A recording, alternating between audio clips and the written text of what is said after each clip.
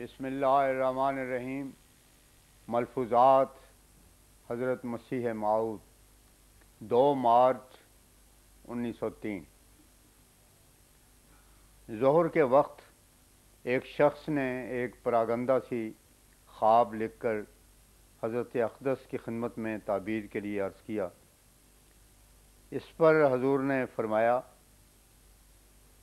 جس طرح سے حدیث ماننے کے قابل نہیں ہوتی جب تک قرآن کے موافق نہ ہو، اسی طرح کوئی خواب بھی ماننے کے لائق نہیں جب تک ہمارے موافق نہ ہو۔ عصر کے وقت چند ایک سکھ حضرت اقدس کی ملاقات کے واسطے آئے اور اثنائے ذکر میں آپ نے فرمایا کہ زبان سے تو ایک انسان بھی اپنا بندہ نہیں بن سکتا، خدا کیسے بن سکتا ہے؟ محبت ہوگی تو سانجھ ہوگی، کھوٹ سے کوئی خدا سے کیا لے سکتا ہے؟ دربار شام۔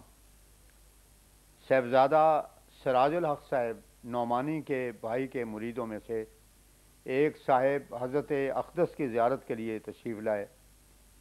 حضور انور نے ان سے ارشاد فرمایا، دیکھو دنیا چند روزہ ہے، کسی کو بقا نہیں، اور یہ دنیا اور اس کا جاہ و جلال ہمیشہ نہیں رہنے والے۔ چاہیے کہ اس وقت جو اللہ تعالیٰ نے یہ سلسلہ قائم کیا ہے اس کو سمجھا جاوے۔ اگر وہ در حقیقت خدا ہی کی طرف سے ہے تو اس سے دور رہنا کیسی بدقسمتی کا موجب ہوگا۔ وقت نازک ہے، دنیا نے جس امر کو سمجھنا چاہیے تھا اسے نہیں سمجھا، اور جس کی طرف توجہ کرنی چاہیے تھی اس کو پس پش ڈال دیا ہے۔ خدا کے فرستادہ کی تلاش ضروری تھی۔ دیکھو دنیاوی ضرورتوں کے واسطے کس طرح دنیا کوشش کرتی اور جان کا محنتوں سے ان کے حصول کے ذریعے کو سوچتی ہے، مگر دین کیا ایسے ہی گیا گزرا امر ہے کہ اس کے واسطے اتنی بھی تکلیف نہ برداشت کی جاوے کہ چند روز کے واسطے ایک جگہ رہ کر اسلام کی تحقیق کی جاوے۔ ایک بیمار انسان جب کسی طبیب کے پاس جاتا ہے تو مریض کی اگر طبیب تشخیص کر بھی لیوے تو معالجہ میں بڑی دقتیں پیش آتی ہیں، کچھ سمجھ میں نہیں آتا کہ کیا دوا دی جاوے۔ ایک شہر میں پہنچ کر انسان پھر بھی کسی جگہ پر پہنچنے کے واسطے کسی راہبر کا محتاج ہوتا ہے، تو کیا دین کی راہ معلوم کرنے اور خدا کے مرضی پانے کے واسطے انسانی ڈھکونسلے کام آ سکتے ہیں؟ اور کیا سفلی عقل کافی ہو سکتی ہے؟ ہرگز نہیں، جب تک اللہ تعالی خود اپنی راہ کو نہ بتاوے اور اپنی مرضی کے وسائل کے حصول کے ذریعے سے مطلع نہ کرے تب تک انسان کچھ نہیں کر سکتا۔ دیکھو جب تک آسمان سے پانی نازل نہ ہو زمین بھی اپنا سبزہ نہیں نکالتی، گو بیج اس میں موجود ہی کیوں نہ ہو، بلکہ زمین کا پانی بھی دور چلا جاتا ہے، تو کیا روحانی بارش کے بغیر ہی روحانی زمین سرسبز ہو جاتی اور بارآور ہو سکتی ہے؟ ہرگز نہیں۔ خدا کے امام کے سوا کچھ نہیں ہو سکتا۔ دیکھو یہ جو اتنے بڑے عاقل کہلاتے ہیں اور بڑے موجد ہیں، آئے دن تار نکلتی ہے، ریت بنتی ہے اور انسانی عقل کو حیران کر دینے والے کام کیے جاتے ہیں، کیا ان کی عقل کے برابر بھی کوئی اور عقل ہے؟ جب ایسے عاقل لوگوں کا یہ حال ہے کہ ایک عاجز انسان کو جو ایک عورت کے پیٹ سے عام لڑکوں کی طرح سے پیدا ہوا تھا اور اس طرح عوارض وغیرہ کا نشانہ بنا رہا اور کھانا پینا سب کچھ کرتا ہوا یہودیوں کے ہاتھ سے سولی پر چڑھایا گیا تھا، اس کو خدا بند بنایا ہوا ہے اور اس کے کفارے سے اپنی نجات جانتے ہیں، اور ایسی بودی چال اختیار کی ہے کہ ایک بچہ بھی اس پر ہنسی کرے۔ اس کی کیا وجہ تھی؟ صرف یہی کہ انہوں نے سفلی عقل پر ہی بھروسہ کیا اور ایک کوے کی طرح نجاست پر گر پڑے۔ دیکھو جب انسان خدا سے مدد چاہتا ہے اور اپنے آپ کو عاجز جانتا ہے اور گردن فرازی نہیں کرتا تو اللہ تعالیٰ خود اس کی مدد کرتا ہے۔ ایک مکھی ہے کہ گندگی پر گرتی ہے اور دوسری کو خدا نے عزت دی کہ سارا جہان اس کا شہد کھاتا ہے، یہ صرف اس کی طرف جھکنے کی وجہ سے ہے۔ بس انسان کو چاہیے کہ ہر وقت ایاک نعبد و ایاک نستعین پر کاربند رہے اور اسی سے توفیق طلب کرے۔ ایسا کرنے سے انسان خدا کی تجلیات کا مظہر بھی بن سکتا ہے۔ چاند جب آفتاب کے مقابل میں ہوتا ہے تو اسے نور ملتا ہے، مگر جوں اس سے کنارہ کشی کرتا ہے تو اندھیرا ہوتا جاتا ہے۔ یہی حال ہے انسان کا، جب تک اس کے دروازے پر گرا رہے اور اپنے آپ کو اس کا محتاج خیال کرتا رہے، تب اللہ تعالیٰ اسے اٹھاتا اور نوازتا ہے، ورنہ جب وہ اپنی قوت بازو پر بھروسہ کرتا ہے تو وہ ذلیل کیا جاتا ہے۔ فرمایا عیسائیوں کی عقل کیسی تیز ہے، کیسے کیسی صنعتیں ایجاد کی ہیں، گویا بالکل دنیا کو نیا کر دیا ہے، ہر ایک پرانی شے کی جگہ ایک نئی شے موجود ہے، مگر چونکہ دینی معاملات میں خدا سے مدد نہ مانگی، گھمنڈ اور فخر کیا، اس لیے عقل آخرکار ماری گئی کہ کوے کی طرح نجاست پر دانت مارا، سب پڑھا کر ڈبو دیا۔ اس لیے اپنی رائے اور فیصلہ پر بھروسہ نہ کرنا چاہیے۔ ہر ایک نبی میں یہ کمال تھا کہ ہر وقت خدا پر بھروسہ رکھتے، اپنی عقل اور طاقت پر ان کو ایک ذرا بھر اعتبار نہ تھا، کیونکہ وہ ہر وقت خدا سے مدد مانگتے ہیں، اس لیے ہر وقت ان کو خدا سے مدد ملتی ہے۔ خدا کے بغیر کوئی طاقت اور مدد نہیں ملتی، اور عقل پر گمنڈ کرے گا تو شہد کی مکھی کی جگہ نجاست کے مکھی کی طرح ہوگا، لیکن اگر خدا سے مدد چاہے گا تو ایک نور اسے ملے گا، جیسے مدد پا کر وہ بڑی بڑی تجلیات الہی کا اگر مظہر بن جاوے تو سچ ہے۔ فرمایا کونوا مع الصادقین بھی اسی واسطے فرمایا گیا ہے۔ سادہ سنگت بھی ایک ضرب المثل ہے، پس یہ ضروری بات ہے کہ انسان باوجود علم کے اور باوجود قوت اور شوکت کے امام کے پاس ایک سادہ لوح کی طرح پڑا رہے، تا اس پر عمدہ رنگت آوے۔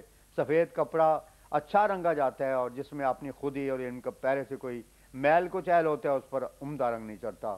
صادق کی معیت میں انسان کی عقد و کشائی ہوتی ہے، اور اسے نشانات دیے جاتے ہیں جن سے اس کا جسم منور اور روح تازہ ہوتی ہے۔ صادقوں کی صحبت میں رہنا نہایت ضروری ہے، خواہ انسان کیسا علم رکھتا ہو، طاقت رکھتا ہو، لیکن صحبت میں رہنے سے جو اس کے شبہات دور ہوتے ہیں اور اسے علم حاصل ہوتا ہے، وہ دوسرے طور سے حاصل نہیں ہوتا۔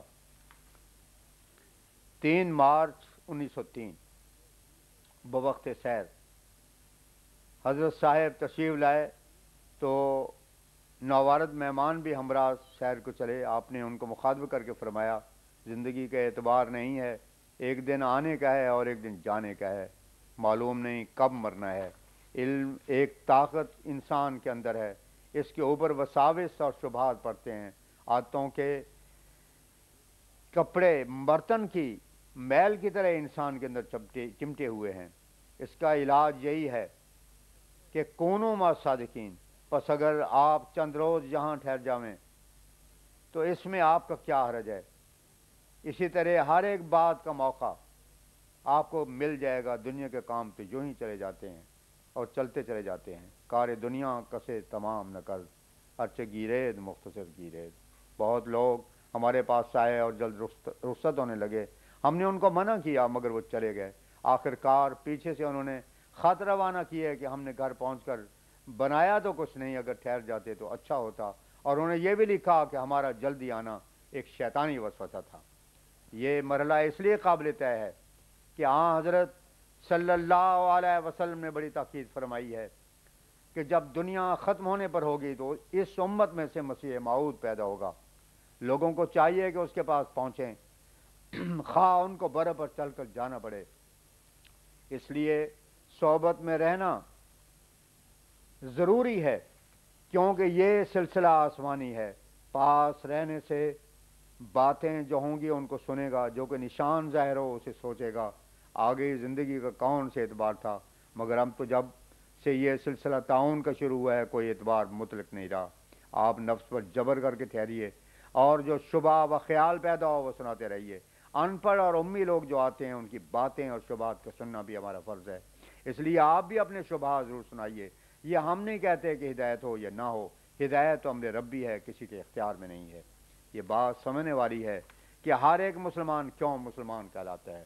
مسلمان وہی ہے جو کہتا ہے کہ اسلام برحق ہے، حضرت محمد صلی اللہ علیہ وسلم نبی ہیں، قرآن کتاب آسمانی ہے۔ اس کے یہ معنی ہوتے ہیں کہ میں اقرار کرتا ہوں کہ میں ان سے باہر نہیں جاؤں گا، نہ عقیدے میں، نہ عبادت میں، نہ عمل درآمد میں، میری ہر ایک بات اور عمل اس کے اندر ہی ہوگا۔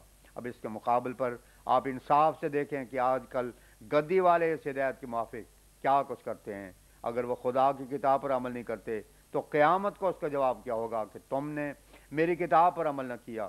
اس وقت طواف قبر، کنجریوں کے جلسے اور مختلف طریقے ذکر، جن میں سے ایک ارہ کا ذکر بھی ہے، ہوتے ہیں، لیکن ہمارا سوال ہے کہ کیا خدا بھول گیا تھا کہ اس نے یہ تمام باتیں کتاب میں نہ لکھ دیں نہ رسول کو بتائیں۔ جو رسول اللہ صلی اللہ علیہ وسلم کی عظمت جانتا ہے اسے ماننا پڑے گا کہ اللہ اور اس کے رسول کے فرمودہ کے باہر نہ جانا چاہیے۔ کتاب اللہ کے برخلاف جو کچھ ہو رہا ہے وہ سب بدعت ہے، اور سب بدعت فی النار ہے۔ اسلام اس بات کا نام ہے کہ بجوز اس قانون کے جو مقرر ہے ادھر ادھر بالکل نہ جاوے۔ کسی کا کیا حق ہے کہ بار بار ایک شریر بناوے؟ بعض پیرزادے چوڑیاں پہنتے ہیں، مہندی لگاتے ہیں، لال کپڑے ہمیشہ رکھتے ہیں، سدا سہاگن ان کا نام ہوتا ہے۔ اب ان سے کوئی پوچھے کہ حضرت صلی اللہ علیہ وسلم تو مرد تھے، اس کو مرد سے عورت بننے کی کیا ضرورت پڑی؟ ہمارا اصول حضرت صلی اللہ علیہ وسلم کے سوا اور کتاب قرآن کے سوا اور طریق سنت کے سوا نہیں۔ کس شے نے ان کو جرأت دیا ہے کہ اپنی طرف سے وہ ایسی باتیں کر لیں؟ بجائے قرآن کے کافیاں پڑھتے ہیں جس سے معلوم ہوتا ہے کہ ان کا دل قرآن سے کھٹا ہوا ہے۔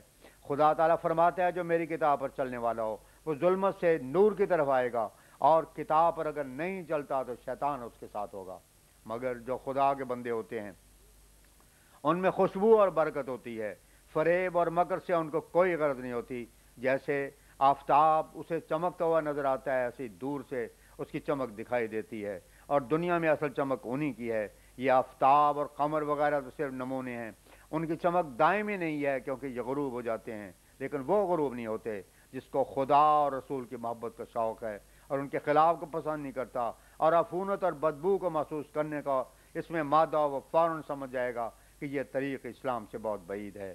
مثل یہود خدا نے ان کو چھوڑ دیا ہے، بلم کی طرح اب مکر و فریب کے سوا ان کے پاس کچھ نہیں رہا۔ صفائی والا انسان جلد دیکھ لیتا ہے کہ یہ جسم اس حقیقی روح سے خالی ہے۔ انسان توجہ کرے تو اسے پتہ لگتا ہے کہ جو لوگ سمن بکمن ہو کر سجادہ نشینوں کے ہاتھوں پر ہاتھ رکھتے ہیں اور عرسوں وغیرہ میں شریک ہو جاتے ہیں، ان کو یہ خیال نہیں آتا کہ وہ کون سی روشنی ہے جو خانہ کعبہ سے شروع ہوئی تھی اور تمام دنیا میں پھیلی تھی، اور انہوں نے اس میں سے کس قدر حصہ لیا ہے۔ ان کو ہرگز وہ نور نہیں ملتا جو حضرت صلی اللہ علیہ وسلم مکے سے لائے اور اس سے کل دنیا کو فتح کیا۔ آج اگر رسول اللہ صلی اللہ علیہ وسلم پیدا ہوں تو ان لوگوں کو جو امت کا دعویٰ کرتے ہیں کبھی شناخت بھی نہ کر سکیں۔ کون سا طریقہ آپ کا ان لوگوں نے رکھا ہے؟ شریعت تو اسی بات کا نام ہے کہ جو کچھ حضرت نے دیا ہے اسے لے لے، اور جس بات سے منع کیا ہے اس سے ہٹے۔ اب اس وقت قبروں کا طواف کرتے ہیں، ان کو مسجد بنایا ہوا ہے، عرس وغیرہ ایسے جلسے نہ منہاج نبوت نہ طریق سنت ہے۔ اگر منع کرو تو غیظ و غضب میں آتے ہیں اور دشمن بن جاتے ہیں، کیونکہ یہ آخری زمانہ ہے، ایسا ہی ہونا چاہیے تھا۔ لیکن اسی زمانے کے فسادوں کے لحاظ سے حضرت صلی اللہ علیہ وسلم نے فرمایا تھا کہ اس زمانے میں اکیلا رہنا اور اکیلا مر جانا یا درختوں سے پنجہ مار کر مر جانا ایسی صحبتوں سے اچھا ہے۔ ہم دیکھتے ہیں کہ سب چیزیں پوری ہو رہی ہیں، انسان دوسرے کو سمجھائے کچھ نہیں سمجھتا، دل میں کسی بات کا بٹھا دینا یہ خدا تعالیٰ کا کام ہے۔ حدیث شریف میں ہے کہ خدا جب کسی سے نیکی کرتا ہے تو اسے کچھ عطا کرتا ہے، اس کے دل میں فراست پیدا ہو جاتی ہے اور دل ہی میں یار ہوتا ہے، مگر معجوب دل کام نہیں آتا۔ یہ کام ہمیشہ پاک دل سے نکلتا ہے۔ من کان فی ھذہ اعمیٰ فہو فی الآخرۃ اعمیٰ۔ بنی اسرائیل آیت 73۔ ان باتوں کے لیے دعا کرنی چاہیے۔